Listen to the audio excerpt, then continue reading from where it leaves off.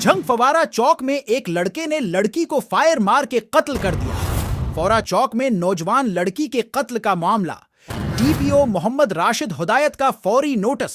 ASP अनूस्टी गीशन Javed Iqbal और SHO कोतवाली भारी नफरी के हमराह मौका पर पहुंच गए। मुलजम की गिरफ्तारी के लिए जिला भर के नाकाजात को अर्रट कर दिया गया। गढ़ महाराजा से इसके सोतीले भाई सैफ ने बजरिया फायर कत्ल किया। मकतूला झंग शॉपिंग के लिए आई थी, जिसको नामालूम वजूहात की बना पर कत्ल किया गया। डीपीओ झंग का कहना है कि मुलजिम को गिरफ्तार करके इसके सहूलतकारों को इबरतनाक इंजाम तक पहुंचाया जाएगा।